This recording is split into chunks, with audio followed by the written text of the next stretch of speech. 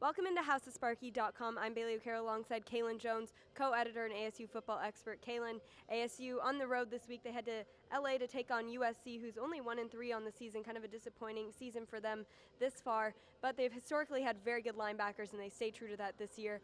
What is ASU's offensive line going to do to make sure that they're prepped and ready to go for those tough linebackers who are really going to put pressure on Manny Wilkins? Well, tough linebackers is right, Bailey. When you talk about Cameron Smith, arguably the best linebacker in the entire country, he leads the Pac-12 in tackles heading up into this matchup. I expect him to have a really big impact, particularly in the run-pass option game and the zone read stuff. We saw what he was able to do last week against Utah and really impacting them throughout the contest. So if you're ASU's offensive line, what you're going to need to do is establish the line of scrimmage and then be able to get to that second wave and that second level where you can establish or get bodies on Cam Smith in the run game. I don't know whether they're going to be able to, especially considering that Cam Smith was so effective last matchup. But I do expect ASU to have some kind of success, particularly on the offensive line, because of their athleticism. And then heading over ASU defense, USC, three-headed monster in those three really talented running backs that they have. What is ASU's defense going to be able to do to make sure that they are stopping that run game?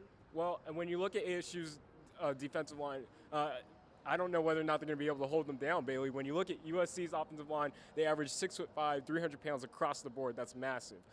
Going into this matchup, if ASU is without their starting nose tackle in Ami Latsu, who's a better run-fit nose tackle in comparison to George Lee, who's more of a slender pass-rushing type of nose tackle, I don't know whether or not ASU will be able to slow this kind of trio down. When you talk about Justin Davis, Ronald Jones, and Cedric Ware, what they all bring to the table is really dynamic playmaking ability. And if ASU isn't able to establish a line of scrimmage similar to the offensive line, it's not going to allow ASU's linebackers like Salam Mofiso and DJ Calhoun to really have an impact on USC's running game. And unfortunately, that could lead to a lot of success against a unit that has, in recent years, been good against the run. And the one aspect that USC doesn't have as much experience in is that quarterback position. Sam Darnold only starting his second game for the Trojans. What is ASU going to be able to do to make sure that they're kind of throwing him for a loop and not letting him connect with those very talented receivers he has downfield? Well, you hit on it. They're going to have to throw him into a loop similar to what they did in previous years against Josh Rosen and Jake Browning. We saw the kind of blitz-heavy packages that Todd Graham influenced into the game so that way he could impact the quarterback a lot. Obviously, this year it's been a lot more conservative defensively for ASU. I don't know whether or not they're going to plan to come with a heavy blitz against this quarterback, but when you're talking about someone in Sam Darnold who you only have one game of full tape of highlights against, I don't know whether or not you're going to be able to scheme completely against him and game plan for him, but he is a more athletic quarterback. He does possess the ability to kind of expend plays similar fashion to Dalton Sturm of UTSA a few games ago. I don't know whether or not ASU is really prepared for this sort of quarterback.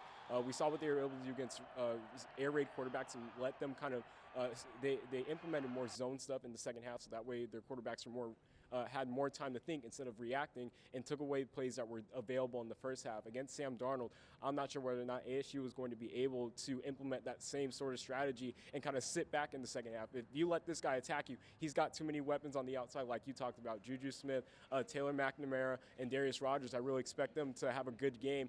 Whether or not ASU chooses to allow them to impact the game in the first half or the second half, it's really pick your poison with this offense. And do you think ASU is going to be able to stay undefeated? Do you think they're going to hit that 5-0 mark? Unfortunately, I do not. I think it's going to be a similar game to a few years ago with Mike Bercovici, his magic in his second career start. Sam Darnold, obviously, making his second career start for USC. So I feel like this is a game where ASU is going to kind of lead early and then kind of sort of find a way to drop later on in the game, but I'm going to take USC in this matchup. All right, I guess we'll just have to wait for Saturday to see what happens. Be sure to tune back in as our coverage hits the road this weekend, heading to Southern California. Thanks for watching.